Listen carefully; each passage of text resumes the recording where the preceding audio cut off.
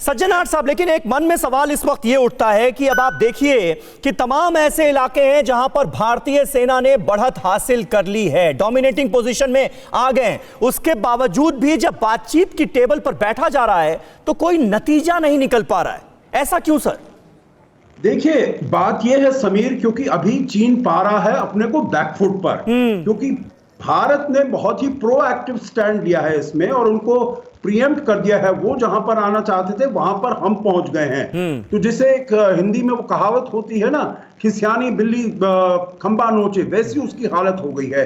Nervous हो गया है, बौखला गया है, क्योंकि उसने एक्सपेक्ट नहीं किया था जो कभी ऐसे भारत इतना प्रोएक्टिवली आ जाएगा।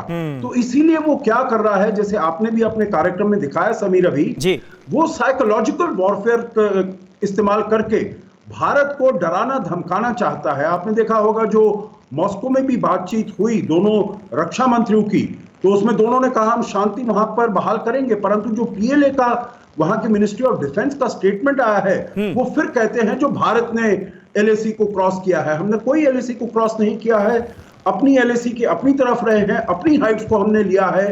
खाली ये है जो चीन जहां पर आना चाहता था उनको हमने नहीं आने दिया है, उनको आने से रोका है।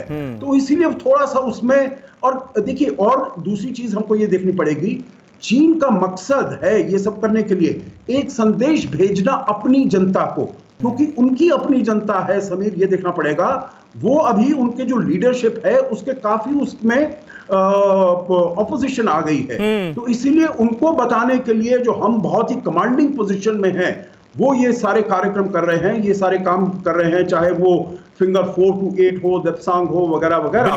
परंतु इधर क्योंकि भारत ने इसको ये ऑक्यूपाई कर लिया है तो उनका सारा नैरेटिव ही इससे खत्म होता जा रहा है। तो इसीलिए उनको बहुत इसमें तिलमिलाहट हो रही है जो हम इसको कैसे डील करें। बिल्कुल बिल्कुल। और मैं मनीष झा का रुख करूं, लेकिन उससे पहले सुमित मैं आपके पास आऊंगा।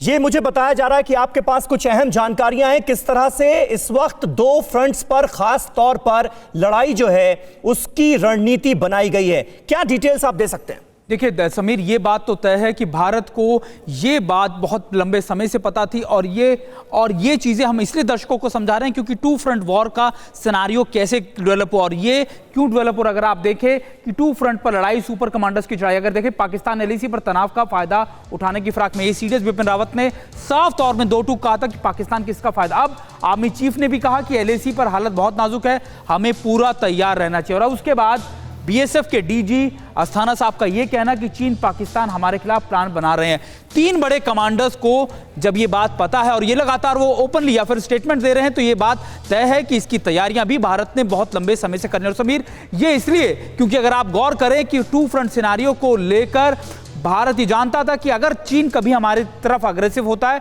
तो पाकिस्तान उसका फायदा उठाएगा और अगर पाकिस्तान होता है तो फिर चीन उसका फायदा उठाएगा। और ये हमने करगिल वॉर के दौरान भी देखा। जब कारगिल में हम लड़ाई कर रहे थे तब चीन ने इसी इलाके में पैंगोंग त्सो में अपनी बढ़त और मजबूत करने की कोशिश की। परवाह देश की, सोमवार से शुक्रवार रात 10 बजे TV9 भारतवर्ष पर।